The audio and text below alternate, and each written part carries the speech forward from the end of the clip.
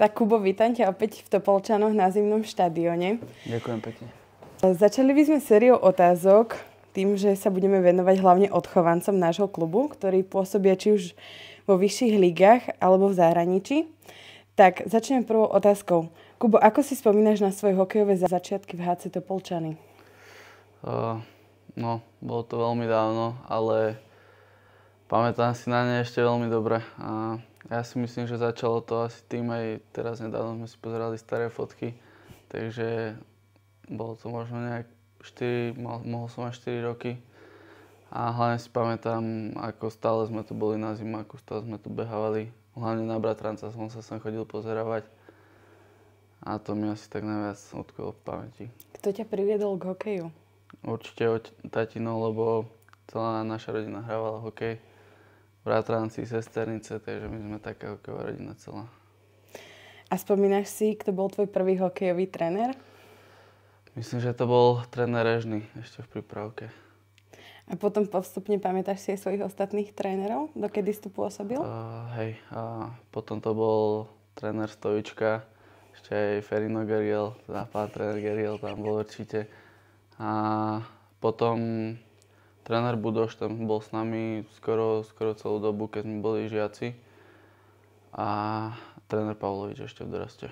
Máš toho veľa za sebou aj v Topolčanoch. Aké momenty spôsobenia tu ti práve utkveli v pamäti najviac? Tak za mňa to najviac, čo tu bolo asi to, že my sme boli veľmi dobrá partia, veľmi dobrý tím. A viem, že aj naši rodičia sa to snažili tak držať pokope. Čiže my sme aj veľa na turnaje jazdili, na nejaké prípravné zápasy a hovorím, asi tá partia, to bolo asi to najviac, čo som tu zažil. Máš aj nejaký zábavný moment, na ktorý rád spomínaš práve z pôsobenia tu? To asi nemám, ale skôr také, že ako celkovo toho spomíname s chalanmi, lebo stále ešte s chalanmi sa stretávame takto, keď prídem domov, že ideme von a vždycky spomíname na tie časy. Ty si spomínal, že po doraste si vlastne odišiel práve do Nitry. Ako hodnotíš práve toto obdobie v Nitre? Tak ono to bolo tak, že tu s trénerom Budošom sme skončili sezónu a on sa ma spýtal, že či nechcem ísť vyskúšať do Nitry, tak som tam išiel už na konci sezóny. Tam boli nejaké skúsi, alebo ako by som to nazval, nejaký tryout, že nás tam bolo strašne veľa. Ďaká Bohu som sa tam dostal a tak ja na tú Nitru nemôžem povedať nič zlé.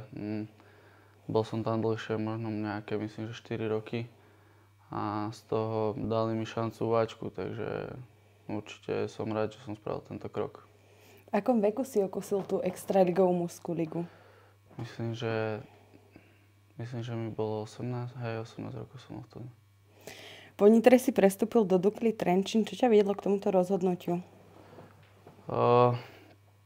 Tak určite cítil som možno dosť veľký záujem zo strany Dukly a aj to, čo sme sa bavili, tak to platilo proste a ani toto neľutujem, že som do toho Trenčína šiel.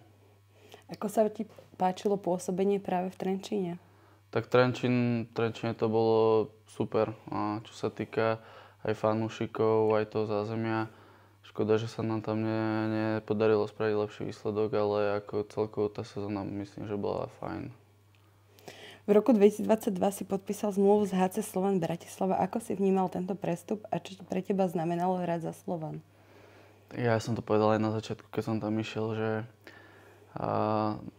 Slovan dosť ľudí nemá rád, ale každý by tam chcel hrať, takže za mňa Slovan, ja som mal kedysi ešte Peťa Hubudre zo Slovanu nad postelou zavesený, takže keď prišla táto možnosť, tak som dlho nad tým nerozmýšľal.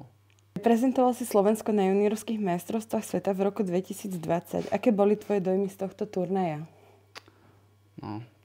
To bola asi taká jedna z mojich najväčších skúseností doteraz.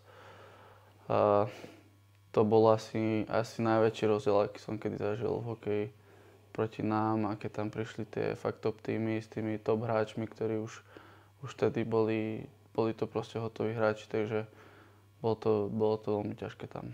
Vieš nám aj povedať, proti akým hráčom si nastúpil? Či už pôsobia v NHL? To... Viem, že ich tam bolo viac, ale Lafreniere myslím, že tam bol a takýto hráči, takže bolo ich tam pár.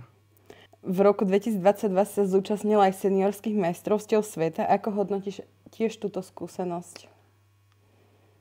No, tak toto bola asi moja najväčšia skúsenosť určite doteraz. To, čo sa týka aj úrovňou toho turnaja, aj všetkým okolo toho, tak nedá sa to asi s ničím porovnať, čo som doteraz zažil. A bohužiaľ som sa tam po 5. zápase zranil a nemohol som dohrať ten turnaj celý, ale obrovská skúsenosť, obrovská.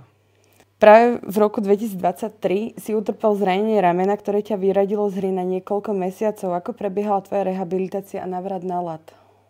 No, toto bolo pre mňa asi jedno z najťažších období tej mojej kariére. Lebo mal som doteraz už viacej zranení a toto bolo také, čo ma vyradilo na dlhšiu dobu. Myslím, že to bolo nejakých 11 mesiacov do ďalšieho zápasu, alebo teda do súťažného zápasu. Takže ono to bolo hlavne po tej psychickej stránke veľmi zložité a veľmi ťažké, lebo najskôr to bolo tak, že pár mesiacov a nakoniec to nebolo veľmi dobré, takže sa to natiahlo o ďalších pár mesiacov. Rozmýšľal si aj nad tým, že skončíš práve takto kariéru? Mal si aj také myšlienky? A myslím si, že to a každý hokejista, keď sa niečo takéto udeje, tak má trošku nervy a hovorí veci, ktoré potom o 2 mesiace to už sú není pravda. Takže určite ja som mal v hlave, že zasa niečo a prečo, ale potom človek už keď to má za sebou a pripravuje sa ďalej, tak už na to aj nepomyslí. Možno toto by som sa chcela spýtať, že čo by si poradil tým mladším hráčom, že keď majú takéto vážnejšie zranenie, aby sa neupostili tak na duchu. Čo tebe vtedy pomohlo? Mňa veľmi pomohli asi chalani v kabine. Videl som, že vždycky, keď som tam prišiel, tak to proste bolo, že som videl, že aj chalan na tom záleží, aby som sa vrátil čo najrýchlejšie späť. Tá sranda v kabíne a neviem si predstaviť, že teraz by som bol bez hokeja a nerobil by som nič takéto v kolektíve. Poslednú sezónu si pôsobil v HC Slovan Bratislava, teraz si sa vrátil aj z reprezentačného kempu. Ako hodnotíš túto poslednú sezónu? Tak bohužiaľ táto sezóna si myslím, že nám vôbec nevyšla. A bola to náročná sezóna, veľa vecí sa udialo, ale hovorím, myslím si, že ani jeden sme nie spokojní s tým, čo sa tam udialo. V nasledujúcej sezóne ešte si neohlásil nový klub. Vieš nám ho prezradiť, alebo ešte musíme počkať, pokedy to klub zverejní? Záleží, kedy toto pôjde von, takže podľa toho. Tak nám môžeš prezradiť, kam to bude? Tak to teda dáme budúci týždeň, môžem. A bude to do Čech, Karlovy Vary. Ako sa tešíš na Českú extraligu, že okúsiš ten vyšší hokej? Predsa len je to kvalitnejšia liga. Ako sa na to tešíš? Teším sa veľmi. Hlavne to bude obrovská výzva pre mňa, pretože je to, myslím si, že o úroveň vyššie, ako je naša liga. Takže ja si myslím, že mi to môže ďalej len pomôcť. Pôsobí tam aj veľa Slovákov. Bavil sa aj s niekým? Áno, rozprávali sme sa spolu. Aj chalani mi vraveli, že treba mať dobrú letnú prípravu, aby človek bol na to fakt nachystaný aj fyzicky, aj psychicky. Ako budeš vnímať svoju úlohu v tíme? Práve v Karlových Varoch, bude to nová skúsenosť pre teba? Bude to nová skúsenosť, ale ja si myslím, že tá rola v tíme bude podobná, ako som mal aj na Slovne. Takže ja si myslím, že robiť si poriadne tú svoju robotu, čo som robil aj doteraz a nejako sa odďačiť tým trénerom, že mi dali túto šancu.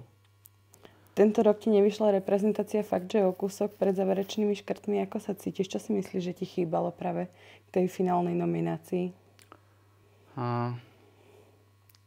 Už je to také, že už to beriem, že už je to za mnou. A veľmi ma to mrzelo, hlavne potom, ako som sa dozvedel, že proste to nevyšlo, tak ma to veľmi mrzelo, ale s odstupom času to beriem tak, že sa môžem aspoň o to viac pripraviť na ďalšiu sezónu. Čo by si odkázal mladým hokejistom, ktorí začínajú práve tu v Topolčanoch? Hlavne za mňa Hlavne, aby to bola zábava, ale aj tvrdá práca. Aby sa to niekde tak stretlo medzi tým a fakt vážiť si jeden druhého v tej šatni, lebo nám tie kamarátstva zostali doteraz a sú to tie najkrajšie spomienky, čo máme. Máme tu sériu rýchlych otázok, ktorú dávam aj našim chalanom, tak mám pre teba pripravených 15. Hokejka s klasickou paskou alebo grip? Grip. Presilovka alebo oslabenie? Môžeme aj? Nie, len jedno. Presilovka. Gól alebo asistencia? Asistencia. Výhra 1-0 alebo 6-5? 1-0. Domáci zápas alebo vonkajší adrenalín?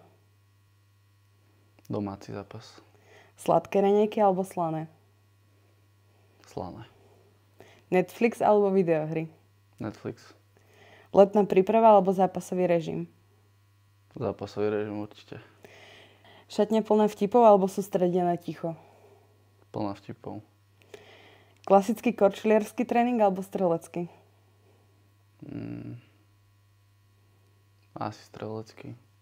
Slovenská kuchyňa alebo zahraničná? Slovenská. Hudba pred zápasom, rock alebo rap? Asi rock radšej. Cestovanie s týmom, autobusom alebo lietadlom? Slušné. Asi lietadlom, to asi by si každý vybral. Zápas s rivalom alebo proti bývalému klubu? S rivalom. Kariéra doma alebo výzva v zahraničí? Výzva v zahraničí. Kubo, ďakujem ti veľmi pekne za tento rozhovor a nech sa ti darí. Ďakujem pekne.